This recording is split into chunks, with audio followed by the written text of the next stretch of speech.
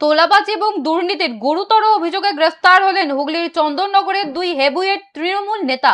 শুক্রবার তাদের আদালতে নিয়ে যাওয়ার সময় আদালত চত্বরে তীব্র উত্তেজনা ছড়ায়। উত্তেজিত জনতার হাত থেকে বাঁচানো এবং সাম্প্রতিককালের আলোচিত ডিম থেরাপি রুখতে দুই ধৃত নেতাকে রীতিমতো হেলমেট পরিয়ে পুলিশের গাড়িতে তুলতে হয়। এদিন ধৃত দুই তৃণমূল নেতাকে যখন পুলিশ হাতকড়া পরিয়ে গাড়িতে তুলছিল তখন চারপাশ থেকে চোর চোর স্লোগান উঠতে শুরু করে।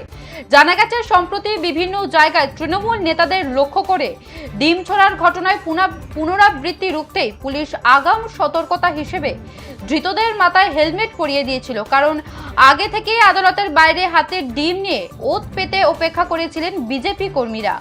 পুলিশি ঘেরাটোপ এবং হেলমেটের কড়া সুরক্ষার কারণে এবার আর তারা ডিম ছুড়তে পারেননি। উল্লেখ্য, গত 29শে মে চন্দননগর কর্পোরেশনের তৃণমূল মেয়র সহ সমস্ত কাউন্সিলর একযোগে পদত্যাগ করায় পুর বোর্ড ভেঙে যায়। এরপর পুর নগর উন্নয়ন দপ্তরের নির্দেশে সেখানে প্রশাসক বসানো হয়। তাৎপর্যপূর্ণ বিষয় হলো, বিদায়ী তৃণমূল কাউন্সিলরদের একাংশই দলেরই কিছু নেতার বিরুদ্ধে এই দুর্নীতি এবং তোলাবাজির অভিযোগ তুলেছিলেন। চন্দননগর কর্পোরেশনের মোট 33টি ওয়ার্ডের মধ্যে 31টি ছিল তৃণমূলের দখলে, বাকি 2টি ওয়ার্ড ছিল সিপিএম এর কাউন্সিলর। নিজেদের একচ্ছত্র বোর্ড থাকা সত্ত্বেও দলের অন্দরে দুর্নীতি এবং তার জেরে দুই নেতার গ্রেফতারি চন্দননগরের তৃণমূলকে চরম অস্বস্তিতে ফেলেছে। এই ঘটনাকে হাতিয়ার করে আসরে নেমেছে বিজেপি এবং বামেরা। এইভাবে চোরের মতো নিয়ে যাচ্ছে দড়ি পড়িয়ে, কি বলবেন?